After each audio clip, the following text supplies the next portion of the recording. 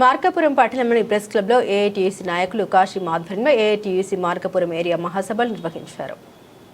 ఈ కార్యక్రమానికి ముఖ్య అతిథులుగా ఏఐటీయూసీ జిల్లా అధ్యక్షుడు సయ్యద్ యాసిన్, మార్కాపురం జిల్లా సిపిఐ కార్యదర్శి ఎంఎల్ నారాయణ హాజరయ్యారు. సభలో వారు మాట్లాడారు.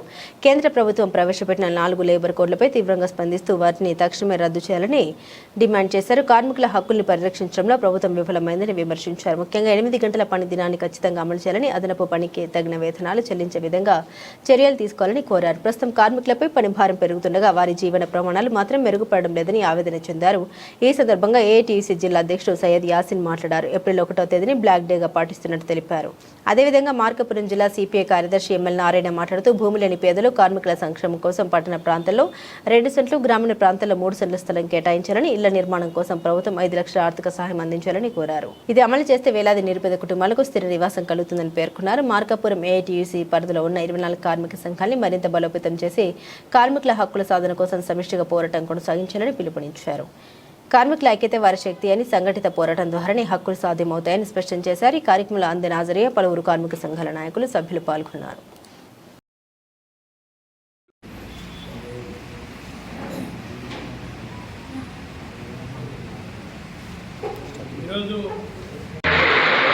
దేశంలో నరేంద్ర మోడీ ప్రభుత్వం కార్మికులు పోరాడి సాధించుకున్న కార్మిక చట్టాలని 29 కార్మిక చట్టాలని 4 కోడ్లుగా మార్చి ఆ 4 కోడ్లని రేపటి నుంచి ఏప్రిల్ 1 నుంచి అమల్లోకి తీసుకొస్తున్న సందర్భంలో ఈ దేశంలో కార్మికుల హక్కులు కాలరాయడానికి, కార్మికుల యొక్క శ్రమ దోపిడీని కార్పొరేట్ వర్గానికి అప్పజెప్పడానికి ఈరోజు కేంద్ర ప్రభుత్వం నరేంద్ర మోడీ చేసుకున్న చర్యల్ని ఏఐటీసీ తీవ్రంగా వ్యతిరేకిస్తున్నది.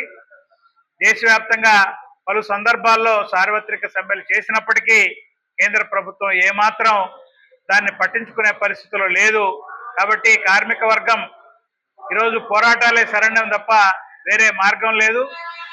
ఈ కార్మిక కోడ్లు ఏవైతే అమల్లోకి వస్తాయో కార్మికులకి హక్కులు కోల్పోతారో, కార్మికులు సమ్మె చేసే హక్కును కోల్పోతారో, కార్మిక సంఘాన్ని పెట్టుకునే హక్కును కోల్పోతారో, మొత్తంగా కార్మికుల హక్కులు కోల్పోయే ఈ సందర్భంలో దేశవ్యాప్తంగా ఏఐటీయూసీ ఈరోజు పెద్ద ఎత్తున కార్మిక వర్గాన్ని సమీకరించి దీన్ని అడ్డుకోవడానికి, ఈ కోళ్లు అమల్లోకి రాకుండా చూడటం కోసంగా పోరాటాలకి సమాయత్తం అవుతున్న సందర్భంలో ఏఐటీయూసీ రాష్ట్ర మహాసభలు జరుగుతున్న సందర్భంలో మొత్తం కింది స్థాయిలో గ్రామీణ ప్రాంతాల నుంచి సంఘాల వారీగా ఈరోజు మహాసభలు జరుపుకొని ఏఐటీసీని బలమైన సంఘంగా నిర్మాణం చేసుకొని కార్మిక వర్గాన్ని భవిష్యత్తులో పోరాటాలకి ముందుకు తీసుకుపోవడం కోసంగా ఈ మహాసభలు జరుగుతున్నాయి.